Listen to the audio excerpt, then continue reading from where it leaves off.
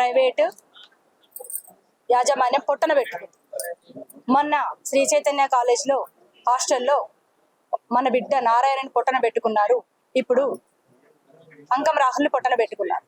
ఇది పూర్తి స్థాయిలో కాలేజీ యాజమాన్యం నిర్లక్ష్యానికి బలైనటువంటి మరణం.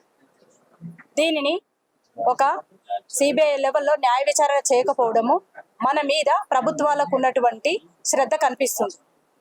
మనం ప్రజాస్వామ్య దేశంలోనే ఉన్నామా? ఈ ప్రభుత్వాలు ఏర్పడింది ప్రజల కోసమేనా? నేను సూటిగా ప్రశ్నిస్తున్నాను. ఎందుకు రాహుల్కి కనీసము శవాన్ని ఇచ్చే పరిస్థితి కూడా ఈ రోజు లేదు? ఇన్ని రోజుల జాప్యం ఎందుకు జరుగుతుంది? అతను మన విదేశాల లోపలన విదేశాలలో ఉన్న 3 రోజులలో వస్తాయి కదా శవాలు. కానీ పక్కన ఉన్నటువంటి రాష్ట్రము మనటెవరికి కలుసున్న మనము పక్క జిల్లాలో ఉన్నటువంటి వ్యక్తిని శవాన్ని తీసుకురావకపోవడంలో అసలు నిర్లక్ష్యం ఎందుకు? ఇరు రాష్ట్రాలు దీనికి బాధ్యత వహించవా? 2 తెలుగు రాష్ట్రాలు దీనికి బాధ్యత వహించవా? మా ప్రాణాలకు విలువ లేదా? ప్రైవేటు యాజమాన్యము 80% ప్రైవేటీకరణ లోపల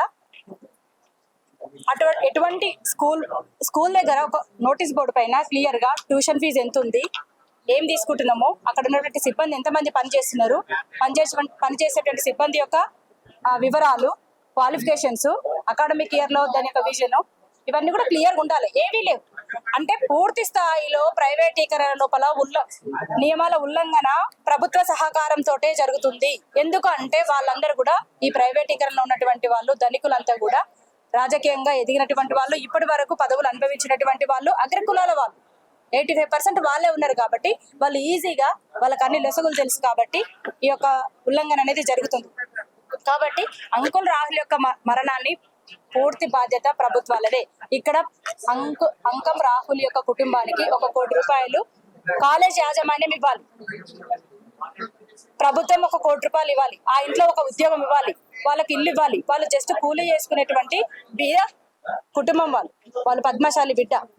కాబట్టి నేను ప్రభుత్వాలను ఖచ్చితంగా తక్షణ చర్యలు తీసుకోవాలని డిమాండ్ చేస్తున్నాము. లేని పక్షం లోపల 48 గంటల సమయం తర్వాత మేము నిన్న ఏదైతే మేము కాలేజ్లో మేము ఫేస్ చేశామో, ఆ కాలేజ్ యాజమాన్యం ఫస్ట్ మాకు గేట్ తీయలేదు. భారీ వర్షము, 10 నిమిషాల పాటు మేము గేట్ దగ్గర మేము గట్టిగా అరిచి మేము కొట్లాడితే అప్పుడు లోపలికి రానిచ్చారు. లోపలికి వెళ్ళిన తర్వాత అడుగడుగునా నిర్లక్ష్యం. అసలు ఆ కాలేజ్ లో అంత జరిగిందని క్లియర్ గా చెప్తున్నారు. ఇక్కడే జరిగింది, ఇక్కడే కూర్చున్నాడు, ఇక్కడే 40 మంది అయితే ఏంటి ఏదో కామన్ గా వాళ్ళు చెప్తున్నారు, అంటే సింపుల్ గా చెప్తున్నారు. అవన్నీ ఏమన్నా ఉంటే పోలీస్ స్టేషన్ లో చూసుకుంటారు, కాంప్రమైజ్ అవుతారు.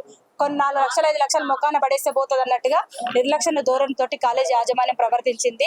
మేము అప్పుడే మాకు అర్థమైంది. తల్లిదండ్రులారా తస్మా జాగ్రత్త. ఇప్పటికైనా కూడా ప్రైవేట్ స్కూల్స్ కి మన పిల్లల్ని కాలేజెస్ కి పంపేటప్పుడు అక్కడ భద్రత ఉందా లేదా, నోటీస్ బోర్డులో ఎటువంటి చర్యలు వాళ్ళు తీసుకుంటున్నారు, సీసీ కెమెరాలు ఎట్లా రికార్డ్ అవుతున్నాయి, ఎవ్రీడే మనకు ఫుటేజ్ ఇస్తున్నారా లేదా, అసలు ప్రైవేట్ స్కూళ్ళకి హాస్టల్కి పంపాలా వద్దా, లేకపోతే మన పిల్లవాళ్ళకి అయితే ఎవరు బాధ్యులు? అంటే స్కూల్లో జాయిన్ చేసుకుంటప్పుడేమో యాజమాన్యాలు ప్రైవేట్ స్కూల్ యాజమాన్యం బాధ్యత అని చెప్తారు. ఏదైనా జరిగిన తర్వాత పోలీస్ వాళ్ళు, మీడియా, ప్రభుత్వాలు చూసుకుంటాయని చెప్తారు. ఇది ఎంతవరకు కరెక్ట్? ఆలోచించండి. పిల్లలని మనము పాఠశాలలకి, కళాశాలలకి, హాస్టల్స్ కి పంపే ముందు ప్రైవేట్ స్కూల్స్ కి ముఖ్యంగా ఆలోచించండి. ఇక్కడ మన చిక్కడపల్లి వీళ్ళు పోలీస్ స్టేషన్ వాళ్ళు, కాచిగూడ పోలీస్ స్టేషన్ వాళ్ళు సెకండ్ టు సెకండ్ దర్యాప్తు చాలా ఇమ్మీడియట్ గా వాళ్ళు ఒక 24 గంటల లోపలే క్లియర్ గా చెప్పారు. కానీ మన ఆంధ్రప్రదేశ్ లో జరిగినటువంటి విషయాలు ఇప్పటివరకు మనకు తెలియరాలేదు. అక్కడ అబ్బాయి రాయి కట్టుకొని చనిపోయింది అంటారు. ఇవన్నీ కూడా మనమేం చూడలేదు.